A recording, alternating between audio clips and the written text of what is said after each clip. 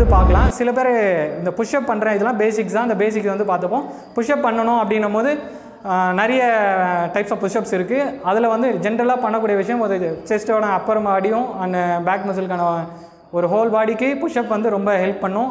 நல்லா மசில் வந்து டைட்டன் ஆகும், ஃபிட்டாகவும் இருக்க முடியும். அப்போ புஷ்அப் வந்து பண்ணால் போதும். அப்போ புஷ்அப் வந்து பண்ணுறோம், இனிஷியலாக எனக்கு புஷ்அப்பே பண்ண தெரியாது, இப்போ தான் புதுசாக நான் அந்த புஷ்அப்புக்காக ஸ்டார்ட் பண்ணுறேன் அப்படின்னா அவங்க என்ன மாதிரி பண்ணலான்னா ஃபஸ்ட்டு இந்த மாதிரி பொசிஷனில் தான். எதையுமே வந்து இப்படி குனிஞ்சு எடுக்கிற பொசிஷனுக்கோ இந்த பொசிஷனுக்கோ போவேன்னா எல்லாமே ப்ராப்பராக பண்ணுவோம், அது இன்ஜுரி ஆகும். அதனால் இந்த பொசிஷன் உட்காந்துட்டு உங்கள் பாடியோட வைடு லெவலுக்கு கை வச்சுட்டு இதை 90 டிகிரியில் வந்து நீங்கள் ஃபிக்ஸ் பண்ணுங்கள். அடுத்தது லெக்கை பேக்கில் வைங்க. இப்படியோ வர வேண்டாம், இது 90 டிகிரி இருக்கணும், அவ்வளோதான். ஜஸ்ட் இதை பண்ணாலே போதும். ஹெட் பொசிஷன் இங்கே புஷ்அப் கீழே போயிட்டு மேலே வந்தால் போதும். இனிஷியலி வந்து ஒரு 1 or 2 or 3 or 5 or 10 என்ன வேணாலும் வரலாம்.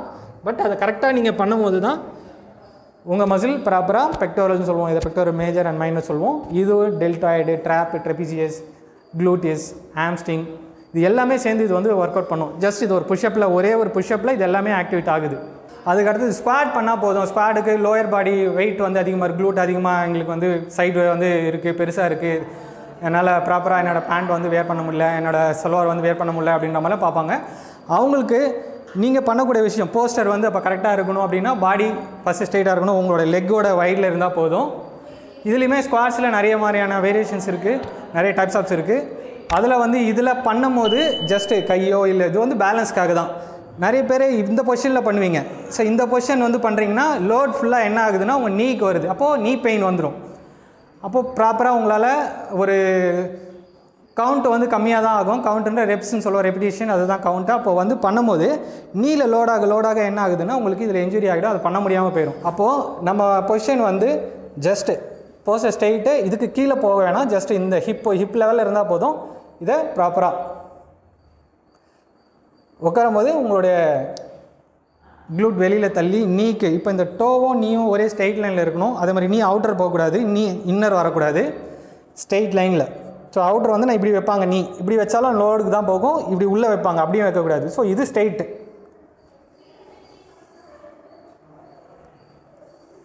இப்படி முன்னாடியும் தூக்கக்கூடாது, பின்னாடியும் தூக்கக்கூடாது. ஸோ இப்படி லிஃப்ட் ஆகுதுன்னா அதுவுமே வந்து ராங் பொசிஷன் தான். ஸோ இனிஷியலி இப்படி தனியாக இண்டிவிஜுவலாக என்னால் பண்ண முடியல, இல்லை இந்த பொசிஷனில் பண்ண முடியலன்னா ஏதாவது ஒரு சப்போர்ட், ஒரு விண்டோ பக்கத்துலேயோ ஒரு டோர் பக்கத்துலேயே இருந்துட்டு கை வந்து சப்போர்ட் வச்சுட்டு பண்ணலாம், பிடிச்சிக்கிட்டு. இப்படி பண்ணுறீங்கன்னா உங்களால் ப்ராப்பராக ஒரு ஸ்குவாட் பொசிஷன் பண்ண முடியும். அதுக்கடுத்து நீங்கள் பண்ண உங்களுக்கான அந்த ஒர்க் அவுட் வந்து நல்லா ஃபீல் பண்ணுவீங்க. இது வந்து லஞ்சஸ். ஸோ இதுவுமே வந்து உங்களுடைய இந்த தைக்கான ஒர்க் அவுட் தான். இதை வந்து பாடி ஸ்ட்ரைட்டாக இருக்கணும், நீ ஃப்ரண்ட்டில் போகக்கூடாது.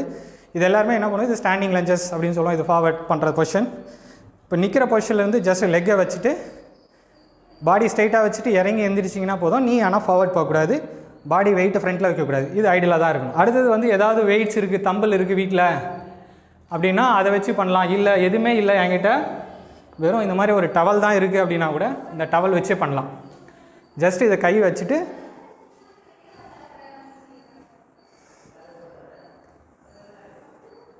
இந்த டவல் வச்சும் பண்ணலாம். அதே மாதிரி இன்ஜுரி இருக்குன்னா இந்த குனிஞ்சி வெயிட் எடுக்கிறது, ஏற்கனவே பேக் பெயின் இருக்குது, அது உட்காந்துட்டே இருக்கும், அதனால் வந்து இது கொஞ்சம் இந்த மசில் வந்து கோர் மசில் வந்து வீக்காக இருக்குது, அந்த மாதிரி சமயத்தில் வெயிட்டை வந்து இப்படி குனிஞ்சி எடுக்கக்கூடாது. ஸோ எடுக்கும்போது ஒன்று இப்படி உட்காந்து எடுக்கலாம், இந்த பொசிஷனில் பெண்ட் பண்ணி எடுக்கக்கூடாது, இது ஹைப்பர் லாக் பண்ணி இந்த பொசிஷனில் எடுக்கலாம், இல்லைனா இந்த பொசிஷனில் தான் எடுக்கணும். ரெண்டுமே பேலன்ஸ்டாக தான் எடுக்கணும். அதுக்கு பெட்டர் வந்து இந்த மாதிரி கீழே இருந்து எடுக்கும் போதே அது எதுவாக இருந்தாலும் சரி இப்படி தான் எடுக்கணும். அப்படி எடுத்திங்கன்னா பின்னாடி உங்களுடைய லோயர் பேக் பெயின் இல்லாமல் உங்களால் வந்து அவாய்ட் பண்ண முடியும். ஜென்ஸ் வந்து ஈஸியாக புஷ்அப் பண்ணுறாங்க அப்படின்னா லேடிஸ்க்கு வந்து அதை பண்ண தெரியாது, பண்ண முடியாமல் போயிடும். ஏன்னா அவங்க மசில் வந்து அந்தளவுக்கு ஆக்டிவேட் ஆகலை.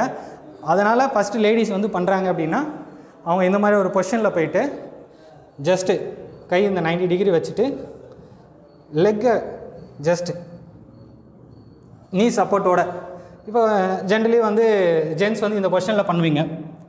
ஆனால் இந்த லெக் இந்த எல்போ வந்து வெளில ஓப்பனாக அவுட்டரில் பண்ணக்கூடாது. இது 35 டிகிரி இந்த பொசிஷனில் தான் பண்ணணும். இந்த எல்போ அவுட் ஆகக்கூடாது, இது பாடி க்ளோஸாக.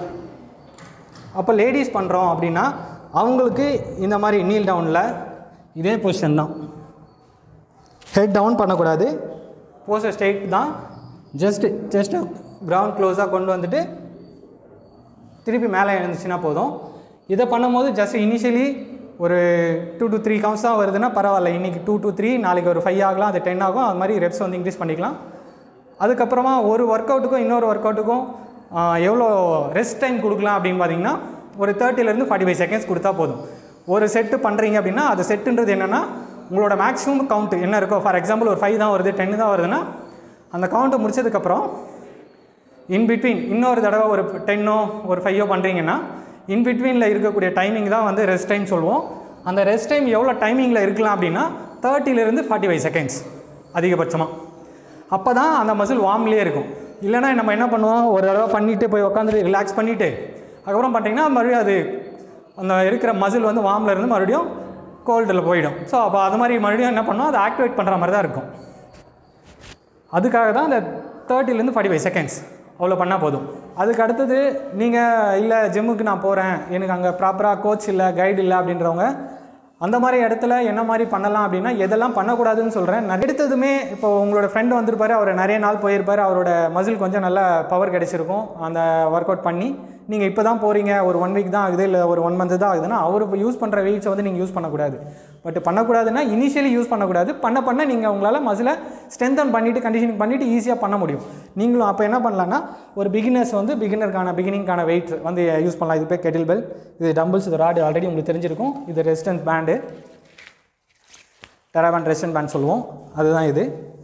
ஸோ ஒரு தம்பிள் வந்து இதுலேயுமே ஹேண்ட்லிங் வந்து நிறைய கோச் இல்லாத இடத்துல நிறைய பேர் வந்து என்ன பண்ணுவாங்கன்னா ஸோ இந்த quarter of the position, so இந்த பொசிஷனில் வந்து தம்பிள் ஒரு சைடில் கவர் பண்ணுற மாதிரி பிடிப்பீங்க. அப்போ மிடில் ஆஃப் த டம்பிள் தான் வந்து பண்ணணும். அப்போ தான் மசில் வந்து ப்ராப்பராக இந்த வெயிட்ஸ் வந்து பேலன்ஸ்டாக கிடைக்கும். பேலன்ஸாக இருந்ததுக்கப்புறம் தான் போக முடியும். அது மாதிரி வெயிட்ஸ் பண்ணும்போது இப்படி ரிஸ்ட்டை வந்து கீழே டவுன் பண்ணாமல் ப்ராப்பராக பொசிஷன் வந்து பிடிக்கிறீங்கன்னா இதை வந்து இந்த பொசிஷனில் தான் பிடிக்கணும். அப்போது பைசெப்ஸ் வந்து பண்ணுறோம், அது எனி ஒர்க் அவுட் பண்ணும்போது தம்பிள் வந்து இந்த பொசிஷன் தான். ஈவன் தோ ஷோல்டரே பண்ணுறோன்னா ஷோல்டருக்கான ஒர்க் அவுட் வந்து இதுக்குள்ளே அப்படி உள்ளே வச்சு பண்ணாமல் உங்கள் ஷோல்டர் வித்தில் இதை ஃபாஸ்ட்டாக அப்படி ஃபோர்ஸாக பண்ணக்கூடாது. ஜஸ்ட் இந்த வெயிட்டை நீங்கள் லிஃப்ட் தான் பண்ணுறீங்க, புஷ் பண்ண வேணாம். அதை வந்து ரொம்ப ஃபாஸ்ட்டாக இப்படி பண்ணுவாங்க. இப்படி பண்ணுறது வந்து தப்பான விஷயந்தான். அது வந்து எனர்ஜி தான் வேஸ்ட் ஆகும். நீங்கள் பண்ணுற மசிலுக்கான ஒர்க் அவுட் வந்து ப்ராப்பராக மசிலுக்கு போகாது. உள்ள இன்வைடாக இல்லாமல் உங்கள் பாடிக்கு ஈக்குவலாக அதே மாதிரியான நீ வந்து பொசிஷன் இப்படி வைக்கக்கூடாது. உங்கள் ஷோல்டர் ஸ்ட்ரைட் பொசிஷனில் தான் இருக்கணும். தம்பிள் வந்து இந்த ஷோல்டர் வித்தில் தான் இருக்கணும். அப்போது இது ஷோல்டருக்கான பேக் மசிலுக்கான ஒர்க் அவுட். இது இந்த ஒர்க் அவுட்லேயே இந்த தம்பிள் எப்படி ஹேண்டில் பண்ணுறதுன்னு பார்க்குறோம்ல, இதே மாதிரி தான் நீங்கள் என்ன ஒர்க் அவுட் பண்ணாலும் தம்பிளை வந்து இப்படி தான் நீங்கள் கேரி பண்ணணும். அடுத்தது ராட்ஸ் இருக்குது அப்படின்னா நீங்கள் ராடு வந்து எடுக்கும்போது நிறைய வேரியேஷன் ராடு இருக்குது. இது ஒலிம்பிக் ராடு இருக்குது, கொஞ்சம் ஈஸட் ராடுன்னு சொல்லுவோம், ஜிக்ஸாக்காக இருக்க மாதிரி ஏதாவது பெண்ட் அப்ஸ் அண்ட் டவுன்ஸ் இருக்கும், அந்த மாதிரியான ராடு. அந்த ராடில் நீங்கள் என்ன ஒர்க் அவுட் பண்ணுறீங்களோ அதுக்கேற்ற மாதிரி தான். இது வந்து ஒரு ஸ்குவாட்கான ராடு. ஸ்குவாட் பொசிஷனுக்கு என்ன பண்ணுற ஸ்குவாட்கான பொசிஷனுன்னு சொல்கிறேன். நிறைய பேர் வந்து இங்கே முதுகுலையோ இல்லை இந்த நெக்லையோ இங்கே வச்சுப்பீங்க வெயிட்டை. இந்த ராடு வந்து இந்த பொசிஷன் இங்கே வைக்கிறது ரொம்ப தப்பான விஷயம். இப்படி வச்சிங்கன்னா உங்கள் நெக் பெயின் வந்துடும், நெக் இன்ஜுரி ஆகிடும். ட்ராப்பு அப்படின்னு சொல்லக்கூடிய விஷயத்தில் இதே மாதிரி கை வந்து இப்படி போகக்கூடாது, பாடி பொசிஷன் இந்த பொசிஷனில் தான் இருக்கும். இதை வச்சு தான் நீங்கள் ஸ்குவாடு. அப்போது கழுத்தில் வைக்கக்கூடாது. இங்கே 2 மசில் இங்கே உங்களுக்கு லாக்கில் இருக்கும், ட்ராப்புன்னு சொல்லுவோம். ஸோ இதில் லாக் பண்ணி தான் உங்கள் கை வந்து இப்படி போகக்கூடாது, வெளியில் இப்படி தள்ளக்கூடாது. பாடி வெயிட் இப்படி தள்ளிங்கன்னா இப்போது நீங்கள் உட்காரும் போதே வெயிட் வந்து இந்த பொசிஷனில் வந்துடும். ஸோ இது வந்து அப்பர் பாடியில் மட்டும்தான் மேஜராக அந்த மசில் வெயிட் நிற்கும். அப்போது அது வந்து பேக்கில் பெயின் வர்றதுக்கு நிறைய சான்சஸ் இருக்குது, இன்ஜுரி ஆக சான்சஸ் இருக்குது. பொசிஷன் இந்த பொசிஷனில் தான் இருக்கணும். தம்பிள் வச்சுருக்கேன் அப்படின்னா அந்த தம்பிளை சைடில் வச்சுட்டோம் நீங்களால் பண்ண முடியும். ஸ்குவாடுக்கு பாடி பொசிஷனுக்கு ஸ்ட்ரைட்லேயே ஜஸ்ட்டு இந்த மாதிரி பண்ணிங்கனாலே உங்களுடைய லோயர் பாடிக்கான ஒர்க் அவுட் வந்து squat one of the best exercise in lower body. அதே மாதிரி ஃபுல்லப்ஸ்ன்னு சொல்கிறோம்ல, இப்போ கம்பி மாதிரி இருக்கும், அது மேலே பிடிச்சிட்டு அப்போ பாடியை வந்து லிஃப்ட் பண்ணுறது. ஃபுல்லப்ஸு சின்னப்ஸ்ன்னு சொல்லுவோம். இப்படி பிடிச்சிங்கன்னா சின்னப்ஸ், இப்படி பிடிச்சிங்கன்னா ஃபுல்லப்ஸ். இதை மாதிரி பண்ணுறது இது one of the best in exercise in mobility in upper பாடிக்கு. ஸோ அந்த மாதிரி பண்ணுங்கள். அந்த மாதிரி பண்ண உங்களுக்கான ஸ்ட்ரென்த் பவர் வந்து மசிலுக்கு வந்து நல்லா ப்ராப்பராக இருக்கும். அப்போ ஈஸியாக உங்களால் வெயிட்ஸையும் இல்லை கவுண்ட்டையும் நிறைய இன்க்ரீஸ் பண்ண முடியும். தேவையில்லாத ஒரு விஷயத்தை வந்து யாரோ பண்ணுறாங்க அதை பார்த்து நம்ம பண்ணிக்கணும்னு சொல்லிட்டு இன்ஜுரி ஆகி உங்களோட ஃபிட்னஸ் கோலை உங்களோட இன்ட்ரெஸ்ட்டை வந்து கம்மி பண்ணிக்க வேண்டாம். அதனால் ப்ராப்பர் கைடன்ஸோட நீங்கள் உங்களுக்கான விஷயத்தை மட்டும் பண்ணால் போதும். ஏன்னா மற்றவங்க அவங்க ஏற்கனவே நிறைய நாள் பண்ணியிருப்பாங்க, அந்த விஷயத்தை அந்த வெயிட்டை போய்ட்டு நீங்கள் பண்ணுறீங்கன்னா அது வந்து அட்வான்ஸ் லெவலாக இருக்கும். நீங்கள் பிகினராக இருப்பீங்க. அப்போ போய் பண்ணும்போது கண்டிப்பாக உங்களுக்கு பிரச்சனையாக தான் போய் முடியும். உங்களுடைய கோல் வந்து இன்கம்ப்ளீட்டாக தான் இருக்கும். அதனால் நீங்கள் ஒரு ப்ராப்பர் கைடோட ஒரு ப்ரொஃபஷனலாக இருக்காங்க அவங்கக்கிட்ட போய் பண்ணுறதாலும் சரி, இல்லை வீட்லேயே பண்ணுறீங்கன்னா இந்த மாதிரியான விஷயத்தை இன்ஜுரி இல்லாமல் அவாய்ட் பண்ணிவிட்டு அந்த விஷயத்தை நீங்கள் கரெக்டாக பண்ணிங்கன்னா போதும். இன்னும் அடுத்தது உங்களால் அந்த மசிலோட ஸ்ட்ரென்த்தை வந்து இன்க்ரீஸ் பண்ணிங்கன்னா நெக்ஸ்ட் லெவல் ஈஸியாக உங்களால் பண்ண முடியும். தேங்க்யூ.